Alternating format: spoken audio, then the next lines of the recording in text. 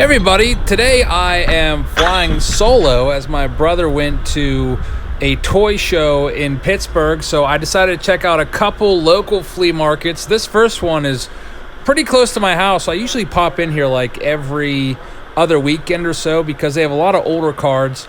You can see in this case here, there's usually a ton of cards from the 60s that he puts out for really cheap, and this weekend you can see some Tom Seavers in there.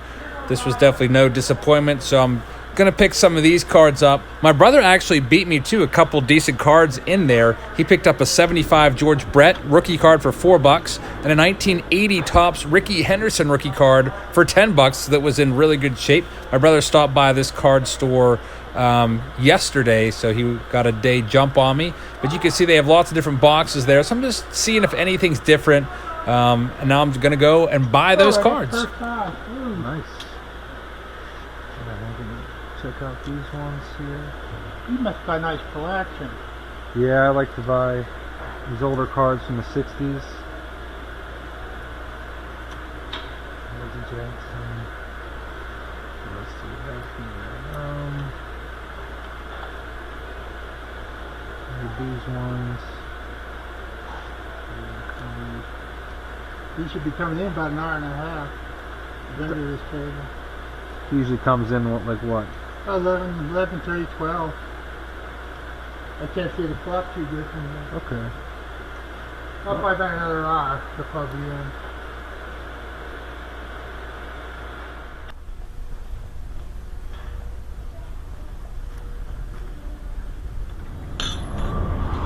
Alright, so that first flea market wasn't bad. I got about, 10 cards for $25. I drove about 10-15 minutes away to this next flea market in Blairsville, and there was a lot of people set up outside today because it was a pretty nice day, sunny day, about 50 degrees.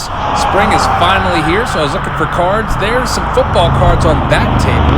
Can't wait to go to some big flea markets this summer with literally hundreds and hundreds of tables. Hopefully we can find some cards for cheap. Then here's some more cards from the 60s and 70s. You can see there's a Johnny Bench 71 Topps in there for $10. Caught my eye. A lot of them seem to be just a bit overpriced for the condition that they were in, so I moved on. Down at the end of the parking lot, I saw this table. They had some baseball stuff. They had these magazines in this little, tote here. There's a Barry Bonds 1991 scorecard there, or program. I always used to get one of these whenever I would go to the baseball games that my dad would take me to at Three River Stadium, so that brought back memories. Also looking for older Beckett's. I always like to buy old Beckett's since I don't know whatever happened to mine. He had some cards on the table, but again, mostly from the 80s and 90s.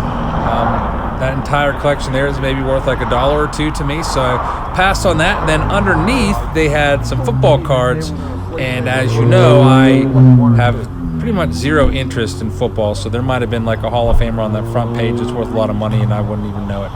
So now I'm going to go inside and see what they have indoors.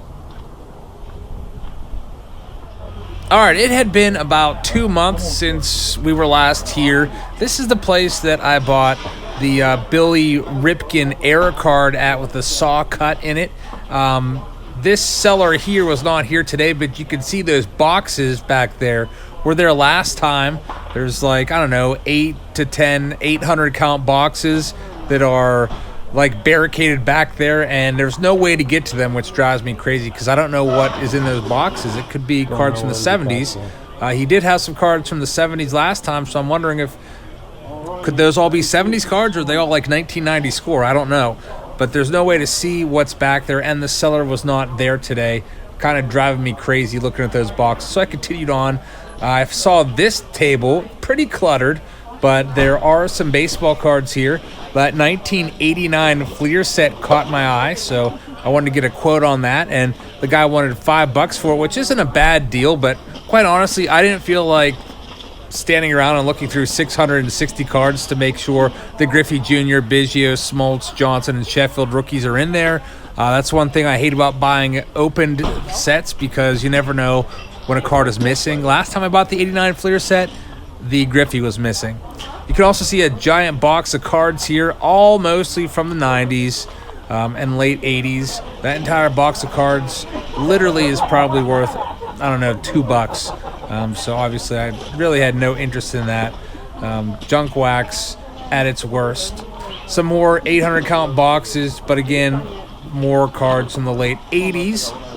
Then he comes over and points out that he has some cards in sleeves, and the sleeves are from the late 70s, 78 and 79, so that caught my eye. He tried to package those with another binder off to the left, and the binder had mostly cards from the 80s. The binder underneath wasn't so bad. There was some a bunch of like Ryan Sandbergs and Cal Ripken Jr.'s in there.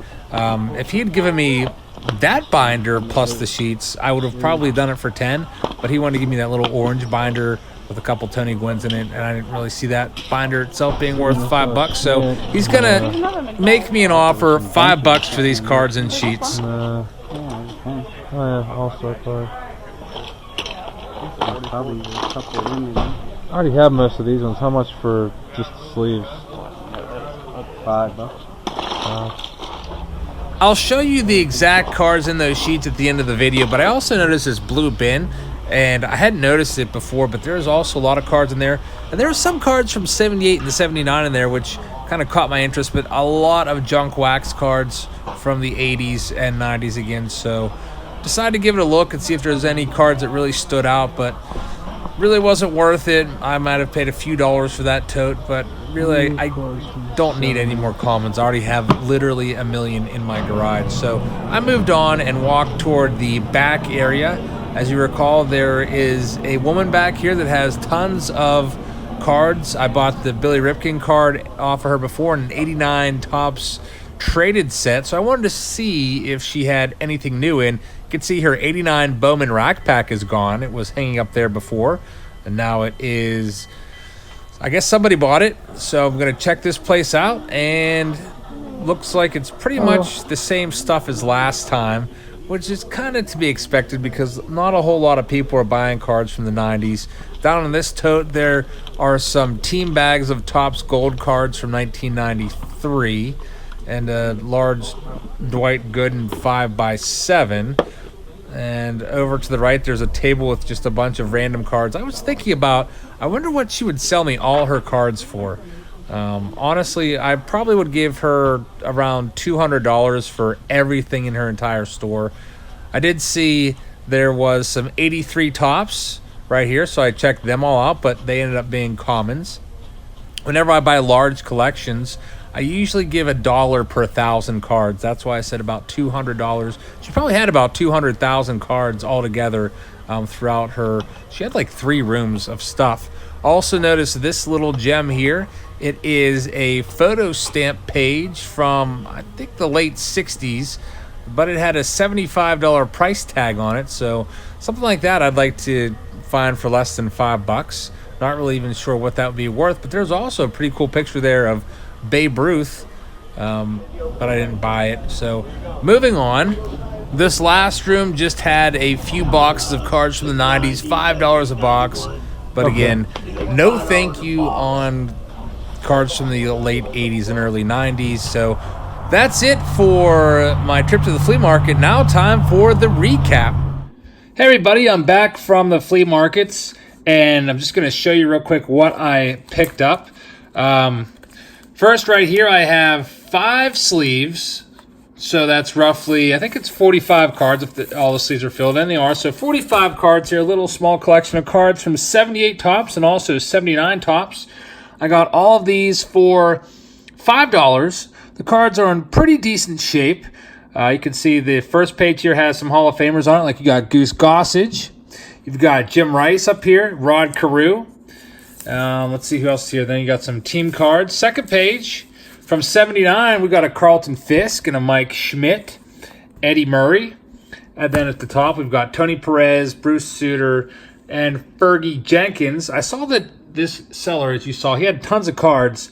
Most of them were from the 90s, and I just have really no need for any more cards from the 90s.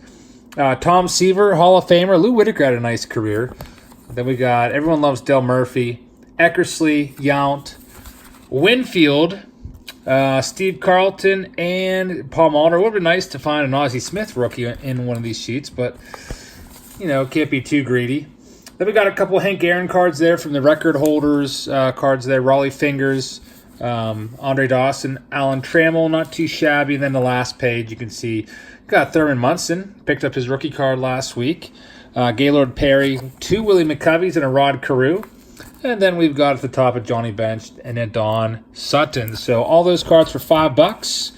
And I also, at the first flea market I stopped off at, this is what I picked up. I think the grand total was around $25 for the stack of cards. I picked up another 68 Willie Mays. However, this one does not have the mustache drawn on it. Remember, I bought this card, I think 2 weeks ago at the same flea market, and there was a giant mustache drawn on him in pencil. This card is, again, it's in, fair to poor condition. There's a little crease right there. The back is pretty clean, but anytime I see Willie Mays, I'm going to pick it up if it's under $5. Then I got this 1972 Reggie Jackson in action card. Always liked 1972 tops. Check out the back. Nice, clean card there. And then for you Orioles fans out there, we got our Brooks Robinson for $2. 1969 tops. There's the back. Pretty clean card. 68 tops. Always like buying these older cards from the 60s because, of course, I wasn't alive. So I barely have any 60s cards in my collection. So I love buying them whenever I see them. Willie McCovey, 69 tops for $1. That's a good deal. And it seemed to be in pretty good condition, too. You might know this guy, Rod Carew. This is a pretty famous card. The nice Gold Cup 68 Rod Carew for only $1. The only problem is it does have a crease. You can see right across it. Looks like somebody folded this card in half at one point, unfortunately.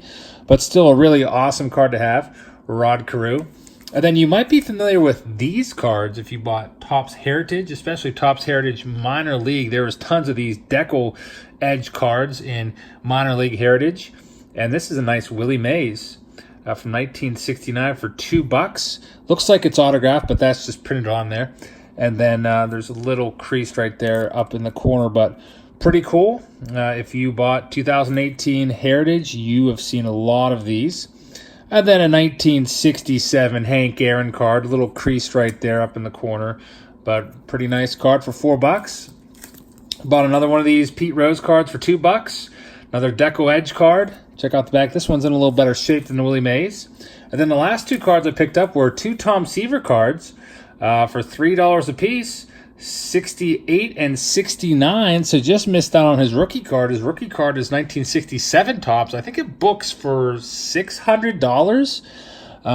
So it was nice to get his second and third year card. The pictures look eerily similar. It's like almost the exact same photo. Pretty crazy there. And then this card obviously is worth a little more, although it does have a slight little faint crease right there on the logo. And then there's the back of this Seaver. And then here is the back of this Tom Seaver. So really nice cards. Glad that I was able to pick these up at the flea market. Again, I haven't done Follow the Flip in, I don't know, like over a month, ever since I bought that Mickey Mantle hat. Kind of like took the wind out of my sails, but I will eventually start getting all these cards listed. I have tons of stuff to list for Follow the Flip. I just basically need to get to $10,000 profit so I can buy a Mickey Mantle 52 Topps card and give it away on the channel. Also, I'm thinking about doing another kind of like a spin-off of Follow the Flip called Jab's Family Finds, because I've got so much stuff in my garage. You see me go out to these flea markets all the time, and I've got so much stuff that I bought, like from baseball cards to bobbleheads to mugs to porcelain cards to just all this stuff. And I was thinking about just auctioning a lot of it off and then basically using the same premise as Follow the Flip. Basically, if you win one of the auctions, your name goes into a contest. And the giveaway that I want to do this spring and into the summer is give away 3 prizes for the All-Star festivities in Cleveland.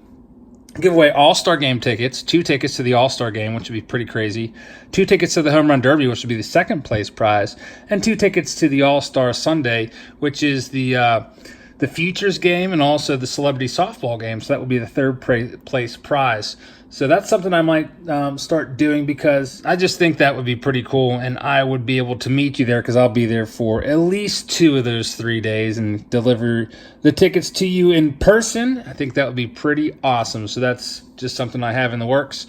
All right, everybody, I'm going to get out of here. Thank you so much for watching. Please click that subscribe button, leave a comment, and I will see you all later. I wanted to thank all 110 of my Patreon patrons, especially my Hall of Fame members right here: Bob and Linda, Tom A, Tommy T, T's Baseball Life has a YouTube channel, Crazy for Cardboard, Big Case, Cards and Collectibles, and iCards also have YouTube channels, and Darren Comfort is at the top of the list.